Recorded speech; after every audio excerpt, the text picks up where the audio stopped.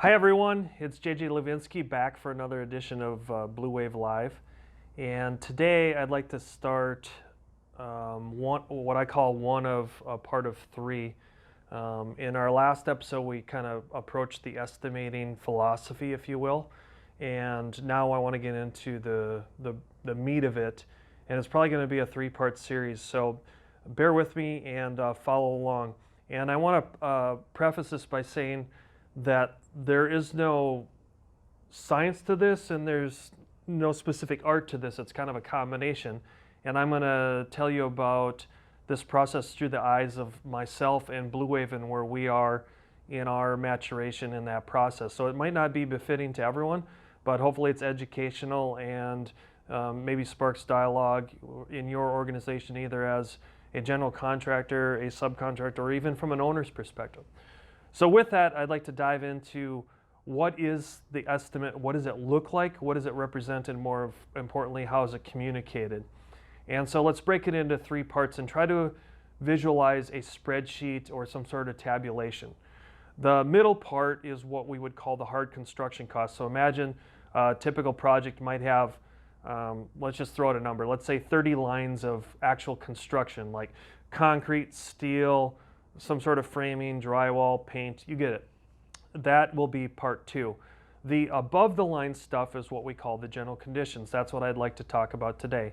And then the third element is on the bottom, what we call below the line things, which is taxes, insurance, bonding, fees, things of that nature. So we'll touch on that in our final episode in this series. So let's talk about general conditions. This probably has the most, I wouldn't say controversy, but the most subjective communication surrounding it. And I don't know why that is, but I have some theories and some speculation. So let me talk around that. What is in the general conditions? This can be everything from dumpsters to temporary toilets to temporary fencing, signage, safety, equipment, anything that is a direct construction cost, but it's kind of under the general contractor or the construction manager's expenses, if you will, that go directly to the expense of the project. Now, here's where it kind of gets awkward. So where we, meaning Bleuwave, what we do is like our project manager or superintendent that's directly tied to that project, that's where that expense goes. Now, where different delivery methods, depending on if it's a hard bid GC, construction management at risk, construction management at agency, this is where the unit rate gets a little bit subjective and where I think gamesmanship comes in and is played in our industry. So I encourage transparency in this regard. So let's use easy numbers. Let's say a project manager is worth $100,000 of salary. That's a burden rate, by the way, not and what that means is that includes benefits and everything. So if that project manager is on that project for 50% of the time during the course of that project, and let's say it's a year-long project, then $50,000 is a direct expense to that project. So you can see how that math works.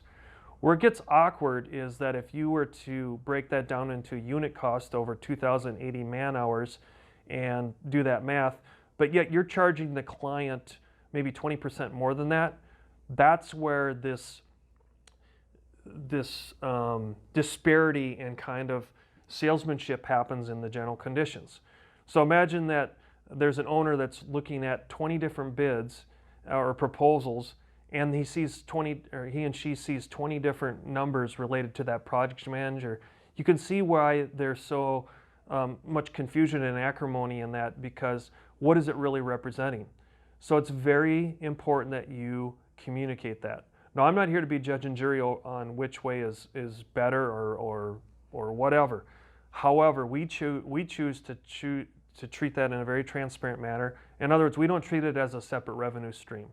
I treat, and Bleuwave treats, that our fee is our only revenue stream, okay? No matter what the delivery method.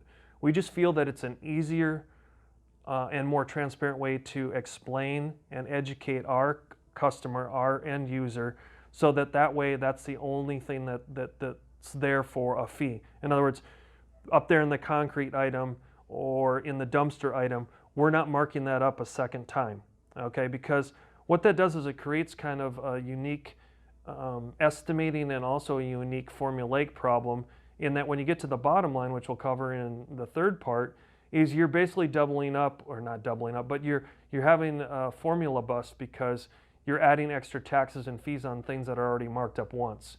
So you can see how that can cause you to either be a high bidder or maybe an untrustworthy bidder if you're having to explain it in an interview in more of an RFQ or RFP type process. So the takeaway from this segment is, please understand what your general conditions are and be able to convey and clearly communicate that to your owner once you sit down and go over your proposal or your estimate with them. Like I said earlier, we choose to treat it transparently and put as much in there as possible. Another thing I don't like to do is lump sum things in the general conditions or put just a percentage, because here's the danger in that. Imagine that a smaller job that's highly technical and very risky might actually have a higher percentage of general conditions as it relates to the overall cost versus a larger job. That's just simple math. So if you go in and just use a simple percentage, the chances of you getting that correct are very slim. I think you'll also find that general conditions have more of a timing impact than they do a unit cost impact. For instance, if you know on a particular job that, hey, that's a 6-month job, and we usually go through a dumpster every 2 weeks on jobs similar of that scope and nature, then you can do that math and convey that to the owner. So again, I look at the general conditions of a great way to earn trust, respect, and educate the owner on what all those items are. So we put in as much detail as possible and almost use that as a learning curve for the project and our customers. Hopefully this helps. I hope it really sparks some dialogue within all of you, because this is one of the biggest things we see as having gaps or subjectivity in our industry. Till next time, JJ from Bleuwave. Enjoy Bleuwave Live in the future.